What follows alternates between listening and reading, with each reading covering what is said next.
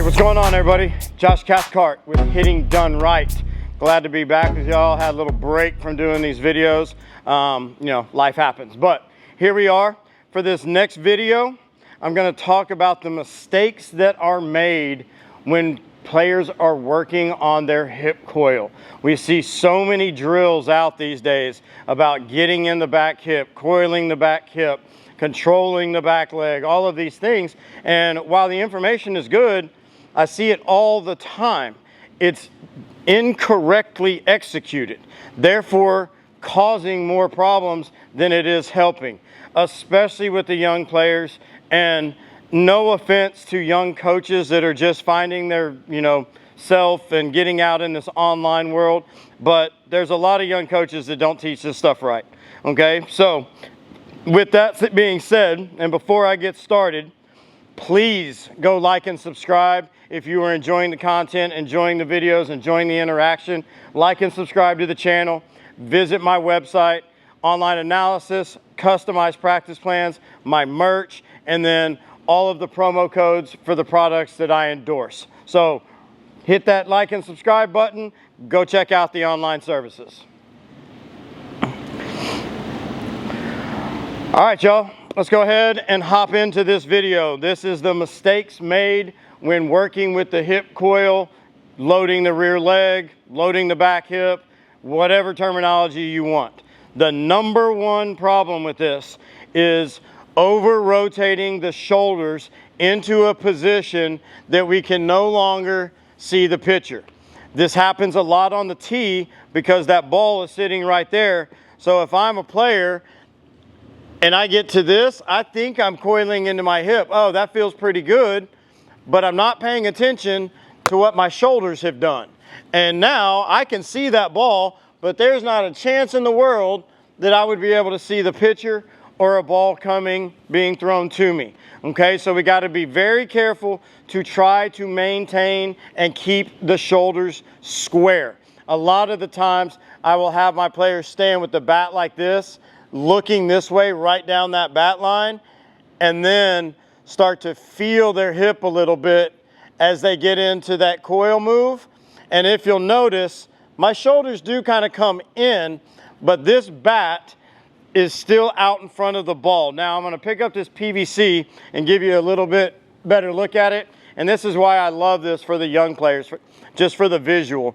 If I'm standing here and I over rotate my shoulders, that pole comes past the ball on this side. Not what we want. Okay, we get here and we coil right there. That's as far as we got to go. This is now in front of the ball, kind of pointing out to the front of home plate. And I am into my hip in a very good position for control and load. I'm not going to come back and drift. I'm not squatting. I'm just that simple coil move right there is all it takes. This is not a huge, big rotation of the entire body, and it gets players in a lot of trouble. All right, now, you've seen the open 45 drill, okay, where we put a pole down. You don't have to use a pole, but for most players that are young, they need this. 45 degrees, we want everything kind of pointed out. As a right-handed hitter, I want everything pointed out toward where the second baseman would be. Not second base, the second baseman. Okay, from here, we want to not get into the shoulders and turn, but we want to get into our hip. And as I do that, my shoulders are going to come down, but now they are in the same position that they would be if I was in my regular setup. Okay, so don't rotate the shoulders to do this. Use the hip, come back behind, and then you'll make your swing. And I top that one a little bit, okay? But come right here, and then we want to feel like we are kind of swinging out from our back hip, okay? Again, don't rotate at the top, down, shoulder square, back hip. That one was squared up. That's a lot better. That's what we want, working on that direction, okay? Now, one that I saw, and I really like this, I don't remember whose account I saw it on. Hit Doctor, yes I do, Danny Cahill. All right, so he had his player set up, back foot square just like it would normally be, and then this front foot, for me left foot, set this way.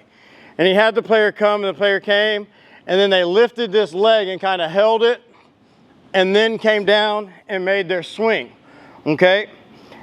I use this with some of my players here at the facility, and of course the first thing they want to do is they want to get here.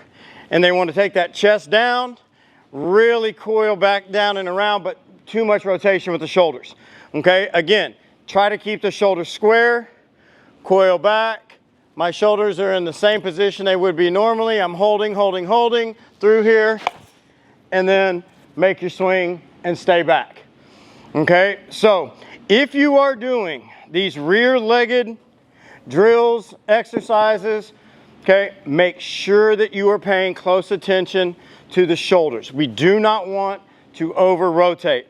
Another one that I really like, okay, I'm gonna take that front foot, which this would be front foot, drop it behind, get back here and coil, and then turning and using everything, knob and hip, kind of that same feel and coming through. I really like this one, but you got to be careful not to get sucked in here, because now we want to fly up and out of this, okay? A lot of the time people misinterpret, oh, well, you've got this coil and then you're tilting, so it's going to be an uppercut. No, it's not. That's a flat swing through the zone. Okay, as long as I can stay square, good swing.